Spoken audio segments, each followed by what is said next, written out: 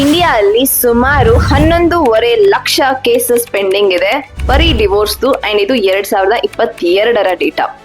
So ಇನ್ನೇನು wedding season ಬರೋದಿದೆ and ಈ video ನಿಮ್ಮ ಪ್ರತಿಯೊಬ್ಬ ಫ್ರೆಂಡ್ ಯಾರು ಮದುವೆ ಆಗ್ಲಿದ್ದಾರೆ ಅವ್ರ ಜೊತೆಗೆ ಶೇರ್ ಮಾಡಿ. ಕೆಲವು ಲೀಗಲ್ ಟಿಪ್ಸ್. ಫಸ್ಟ್, ಮದುವೆಗೆ ನೀವು ಮಾಡ್ತಿರುವಂತ ಖರ್ಚಿನ ಪ್ರತಿಯೊಂದು ಬಿಲ್ ಸೇಫ್ ಆಗಿ ಇಟ್ಕೊಳ್ಳಿ. That is original copy. ಯಾವುದೇ ಒಂದು ಬಿಲ್ ಇದು ಸೇಫ್ ಆಗಿ ಇಡೋದು ಮ್ಯಾಂಡೇಟ್ರಿ. ಯಾಕಂತಂದ್ರೆ ನಾಳೆ ದಿನ ಕೇಸ್ ಅಂತ ಬಂದಾಗ ನಿಮ್ ಹತ್ರ ಆಸ್ ಅನ್ ಎವಿಡೆನ್ಸ್ ಶೋ ಮಾಡೋದಕ್ಕೆ ಬಿಲ್ ಬೇಕೇ ಬೇಕಾಗತ್ತೆ.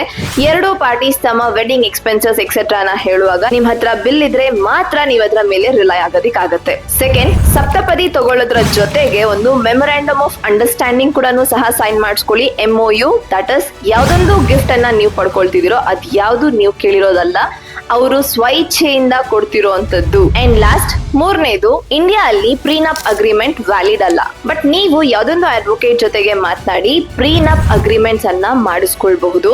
Only for the purpose of ನಿಮ್ಮ ಪ್ರಾಪರ್ಟಿನ ಸೇಫ್ ಆಗಿ ಇಂಟ್ಯಾಕ್ಟ್ ಆಗಿ ಇಡೋದಕ್ಕೆ. ಮದುವೆಗೆ ಮುಂಚೆ ನಿಮ್ದು ಏನೆಲ್ಲ ಅಸೆಟ್ಸ್ ಇತ್ತು ಎಕ್ಸೆಟ್ರಾನ ನೀವು ಪ್ರೊಟೆಕ್ಟ್ ಮಾಡ್ಕೊಳ್ಳೋದಕ್ಕೆ. ಡೆಲ್ಲಿ ಹೈಕೋರ್ಟ್ ರೀಸೆಂಟ್ ಆದಂತ ಒಂದು ಜಡ್ಜ್ಮೆಂಟ್ ಅಲ್ಲಿ ಇದಕ್ಕೆ ವ್ಯಾಲಿಡಿಟಿ ಕೊಡ್ತಾ ಹೇಳಿದೆ.